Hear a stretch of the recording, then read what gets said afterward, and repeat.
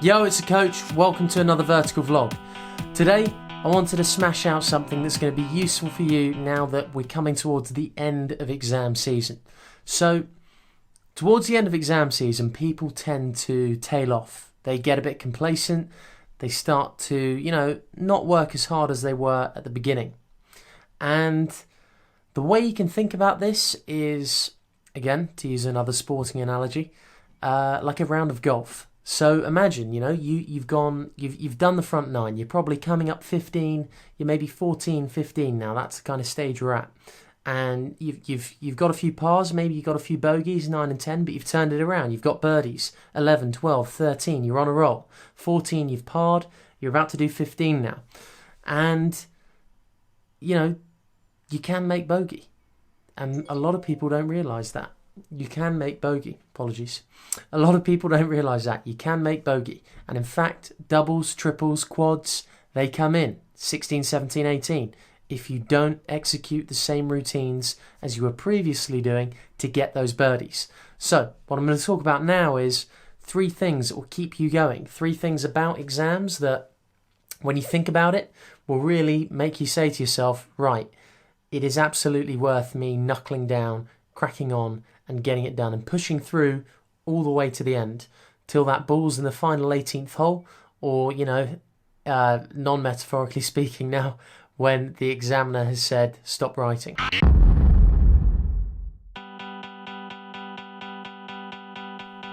Number 1, exams are one of the best places to learn the value of hard work and to train yourself to work hard. Remember, I've always said it, hard work is a skill.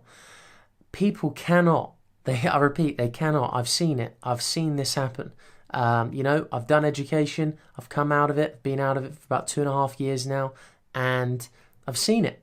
People come out of education thinking that they can operate, that they can execute, that they can perform the same routines that other people who maybe they've done well in their exams, or perhaps they could have done it in a different aspect. So they could have, focused in a sporting sense, but they've achieved at some level. And I think exams are a great field to learn this skill. But what they've done is they've developed the routines, the rituals, the strategies that hard work is all about. And they've developed that skill.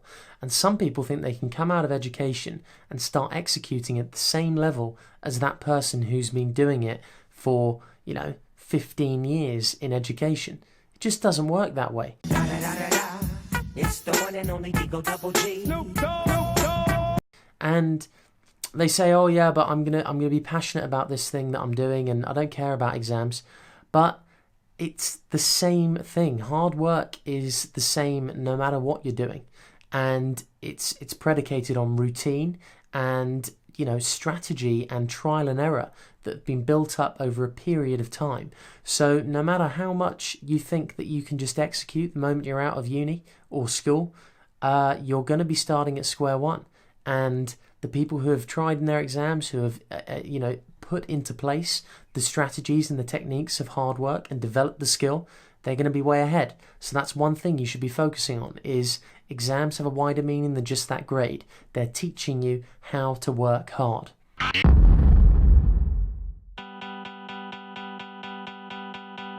Next thing about exams, they're great because they're based on meritocracy.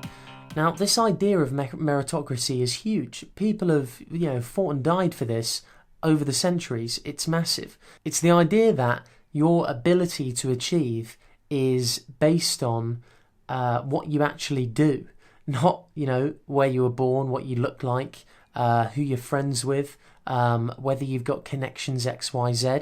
It's not based on any of that. Exams are just about, if you mark it as right, the examiner only cares about that. He doesn't care about anything else. And that's great. I want to be a part of a system like that, where it's not based on luck, chance. It's not, just any old random person gets the achievement or the praise, or that it's not even praise really. It's that feeling of self-fulfillment that you've done something, you've put the effort in, and you've got something out as a result of that. So meritocracy, that's the other thing. By doing well in exams, you're buying into the system of meritocracy. It's a system that a lot of people have fought for over the years, and you're now part of it. So enjoy it, because it's one that you can win at, and I love that.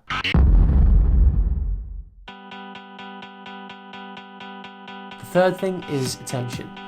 Exams are a great training ground for training your attention to, focus it on the things that really do matter.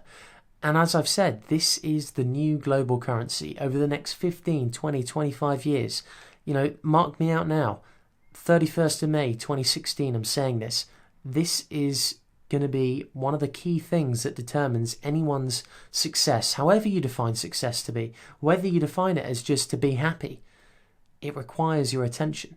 Whether you define it as, want to have loads of money, it requires an element of attention, of focusing on what you actually really want and blocking out the other crap that's trying to compete for your attention and give you, remember this, little value exchange. It's all about that value exchange. Is that thing that you're investing in giving you something back, or is it simply just taking and there's not much exchange there? There's no value, and therefore you're at a loss. So exams, what they do is, because you got to get me right as the exam coach, I'm not the most passionate guy about history, biology, English.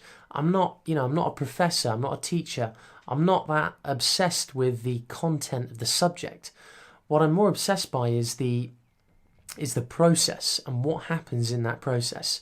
So by focusing on something that you may not be totally passionate about. For me, I did history at uni. I can't say I was passionate about it at all.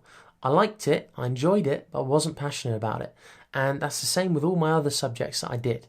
But by training myself to set up the routines, the strategies, the rituals around focusing my attention on something that I wasn't even that passionate about at the time, but I knew it was important in the long term, that was fantastic training. And now I absolutely love the exam coach stuff, totally passionate about that, absolutely love it. And you know what? I've got the routines, the strategies, the structure that I've built up over 5, 10, 15 years in education that I'm just now plugging into. And because I'm passionate, there's no way things are distracting me from this. You got no chance, because I've been practicing with, a thing that I wasn't even that passionate about and that I was more likely to get distracted with. It's a bit like, let me think of an example. I suppose it's a bit like, training with a wooden sword.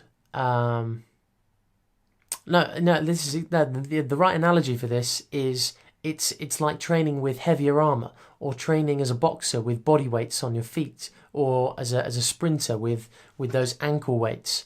And the moment you take them off, you're flying. It's exactly the same principle as that.